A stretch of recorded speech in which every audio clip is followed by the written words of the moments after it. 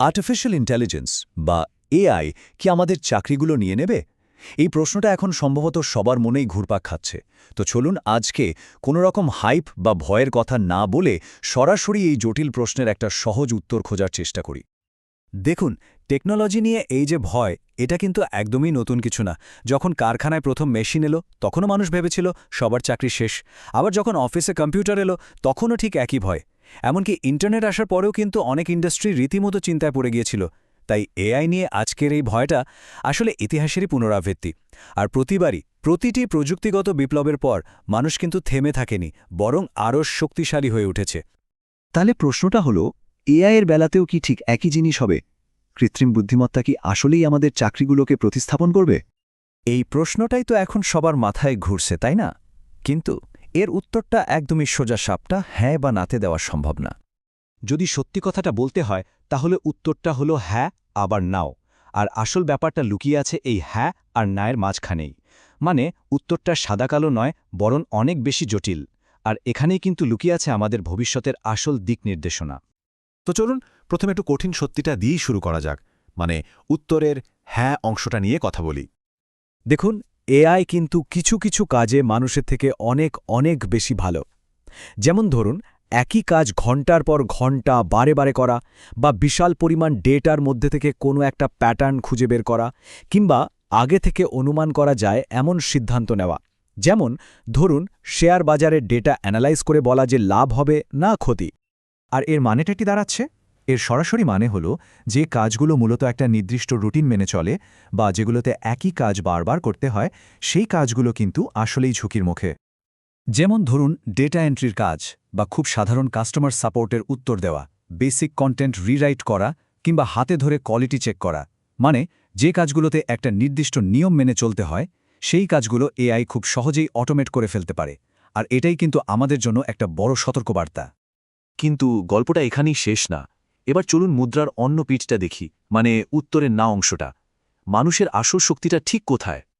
এই স্লাইডটা দেখলেই এআই আর মানুষের মধ্যে মূল পার্থক্যটা পরিষ্কার হয়ে যায়। একদিকে এআই ডেটা প্রসেসিং বা প্যাটার্ন খোঁজার মতো কাজের সেরা, কিন্তু অন্যদিকে নৈতিক বিচার, মানে কোনটা ঠিক আর কোনটা ভুল, ইমোশনাল ইন্টেলিজেন্স, কোনো কাজের দায়ভার নেয়া বা নেতৃত্ব দেওয়া, এই গুণগুলো কিন্তু পুরোপুরি মানবিক। আর এখানেই মানুষ একদম আলাদা, অনন্য। ব্যাপারটা খুব সহজ করে বললে, এআই একটা পরামর্শ দিতে পারে, কিন্তু সেই পরামর্শের কারণে যা হবে তার দায়ভার নিতে পারে না। একটা মেশিন তথ্য দেবে, কিন্তু সেই তথ্যের জন্য সে নিজে কিন্তু দাঁড়াবে না। তো এই সব কিছু থেকে আমরা কি বুঝতে পারলাম? বুঝতে পারলাম যে চাকরিগুলো আসলে পুরোপুরি হাওয়া হয়ে যাবে না, বরং সেগুলোর রূপ বদলে যাবে।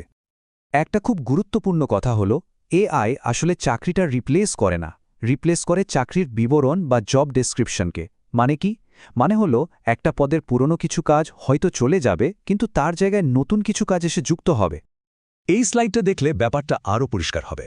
যেমন ধরুন, একজন ডিজাইনার, তিনি এখন এআই টুল ব্যবহার করে একজন ডিজাইন ডিরেক্টর হয়ে উঠবেন। বা একজন ডাক্তার, তিনি এআই এর ডায়াগনস্টিক রিপোর্ট দেখে ফাইনাল সিদ্ধান্ত নেবেন। প্রোগ্রামাররা এআই কোপাইলটের হেল্প নিয়ে সিস্টেম আর্কিটেক্ট হবেন। আর শিক্ষকরা, তারা আর শুধু পড়াবেন না, তারা হবেন মেন্টর আর গাইড। মানে মানুষ আরও জরুরি আর অর্থবহ কাজে মনোযোগ দেবে। সুতরাং আসল লড়াইটা কিন্তু এআই বনাম মানুষের না। আসল ভাগটা হবে তাদের মধ্যে, যারা এই নতুন টুলসগুলোর সাথে কাজ করতে শিখবে, আর তাদের মধ্যে যারা আশা করে বসে থাকবে যে এই পরিবর্তনটা একসময় থেমে যাবে। আর ইতিহাস তো আমাদের এটাই শিখিয়েছে, যারা মানিয়ে নিতে পারে তারাই এগিয়ে যায়। আর সবচেয়ে ভালো খবরটা কি জানেন? এআই কিন্তু শুধু কাজ কমাচ্ছে না, বরং এমন সব নতুন নতুন কাজের সুযোগ তৈরি করছে যা আমরা আগে কোনোদিন ভাবিওনি। যেমন ধরুন, AI trainer, prompt engineer, data ethicist. এই নামগুলো 10 বছর আগেও কেউ শোনেনি। প্রযুক্তি কিন্তু সবসময় নতুন দরজা খুলে দেয়। তাহলে প্রশ্ন হল, এই পরিস্থিতিতে আমাদের কি করা উচিত? চলুন সামনে এগোনোর পথটা একটু খুঁজে দেখি। দেখুন, এআই কি চাকরি নিয়ে নেবে? এই প্রশ্নের আড়ালে কিন্তু আরও গভীর কিছু ভয় লুকিয়ে আছে।